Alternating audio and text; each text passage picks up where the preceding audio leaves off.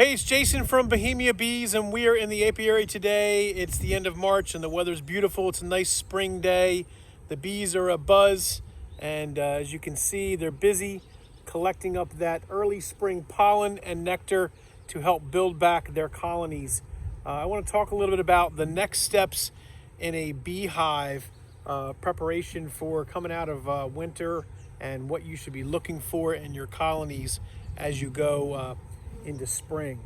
Let's take a look at a couple colonies. So when you're looking at your colonies that you're maintaining out of winter, an overwintered colony is definitely something that's beneficial for most beekeepers to have.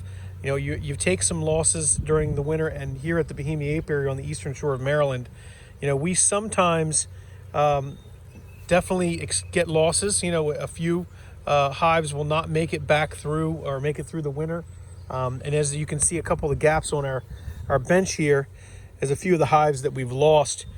Not a lot, but a few, mainly because of several reasons we've talked about in prior videos, which, you know, has to do with the amount of pests or varroa that could be in a colony going into winter, bringing the stress on the colony, as well as resources are our number one. If they don't have enough resources, or really if they can't get to the resources. So that's the biggest thing that most beekeepers, new beekeepers, don't understand when they've got a colony they open up in the winter that died, and they're like, why did it pass away? You know, you do the normal checks as it relates to the varroa counts, and you say, well, you know, they had plenty of resources. What happened? And as we've talked about in other videos, it's really about the volume of bees over time, right? So if you have a large cluster, too large of a cluster going in, they could eat up all their resources, and they could perish for that reason.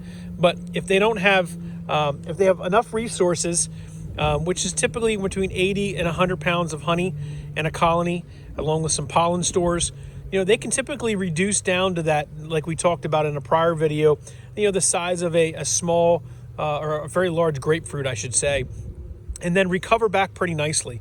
You know, it's interesting when we look at our colony setups here. You know, we have some single deeps that we've overwintered. We have double deeps. We have, you know, our nuke colonies spread throughout our apiary and our other yard as well. You know, it really depends on the colony and how they're utilizing the frames. So the key message here is bee volume, how they're utilizing the frame, the hive. Do they have too much space? Do they not have enough space? You know, it's managing to that size of the cavity, as we've shown in a prior video around managing your hive body strategy. So what I'm going to basically cover today is, in addition to that, you know, the things you want to do as you come out of winter. You know, as you can see, we've pulled away our wind blocks, which we used bales of hay, as well as some short fencing to put a wind block up to block our northwest wind that comes across the field over there, and that helps the bees to maintain their temperature regulation within the colony, so that they naturally can maintain that smaller brood's nest as it goes to the winter solstice, shrinks, and then as it comes out of the winter solstice, it starts to increase all the way into spring and to those glorious days like we have today.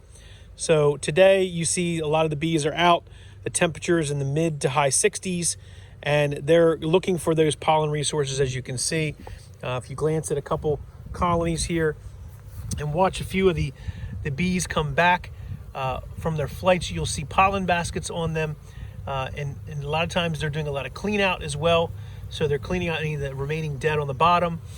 You can see over here there's one going in with some pollen on it, some yellow pollen or lighter yellow pollen.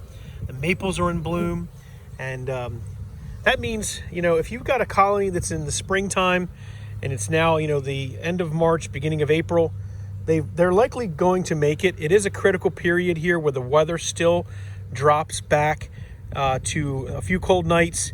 Sometimes there's a cold snap. You want to be very careful because, you know, we've had colonies that went all the way into the beginning of March. We have actually two colonies that I'm referencing, at least in our apiary, that we knew went into March strong. They were dwindling on their numbers, so obviously something was wrong. And then by the mid-March, when we had that second cold snap, you know, they perished. So unfortunately, that's the nature of beekeeping. You will lose anywhere from 20 to 50% losses. If you anticipate that, then and you come out with less or about that, then you're doing pretty good. So, you know, today I'm just basically going along You can notice there's some feed buckets on a few of these. This will be our last week that we use any feed in our colonies, unless they are a building nucleus colony, then we may have that in a separate yard. But primarily, if we're gonna put our honey supers on, we don't wanna have any feed in your apiary. So that's a key message for those that have, honey that's left over in a dead out. You love to harvest all that extra honey. If you don't have a colony, you feel like you got something out of your hive. But I'll caution you that, if you fed in the fall, chances are the honey that's in that brood box, or that dead out, or in the super that you left on, it could be adulterated. It could be syrup-based honey and not nectar-based honey, which, really you could consume it if you want. It would still taste like honey, but it's not really honey, right? It's the funny honey, or the honey that they sell in the store that's not local, raw, real honey. So again, I think, the key message here is to start to break down your windbreaks, start to, naturally take apart any of your shims that you have put on through the winter, any of those wintering shims, or if you did wraps. We didn't wrap here in our apiary, but we did take the shims off. And honestly, this was my first year not wrapping our hives. I did a lot of wraps on all of my colonies in years past, thinking it was needed. And honestly, we had a pretty cold winter. It was a wet winter as well, back and forth. And the wraps really didn't make a difference on my colony survival rate.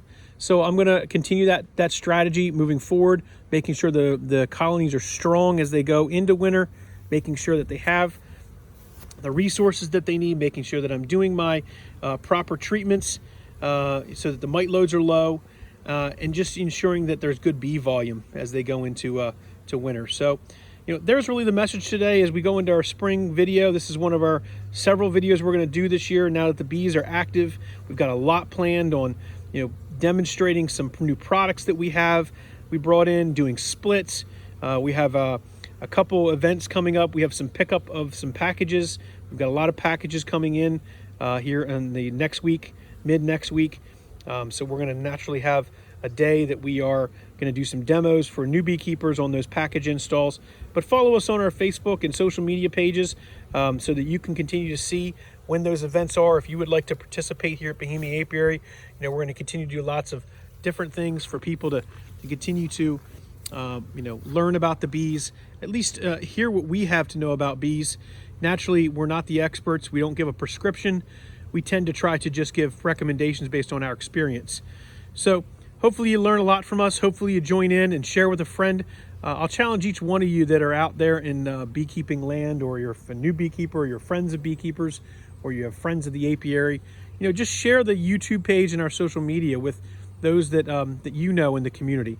It's a great way for us to grow and learn and put our information out that we've learned and shared. So again, thanks for watching, everyone. I appreciate the support over the years, and we're going to continue to keep making videos. So subscribe to the channel here at Bohemia Apiary, because remember, beekeeping for us is definitely more than a hobby. It's an obsession. Thanks for watching, everyone.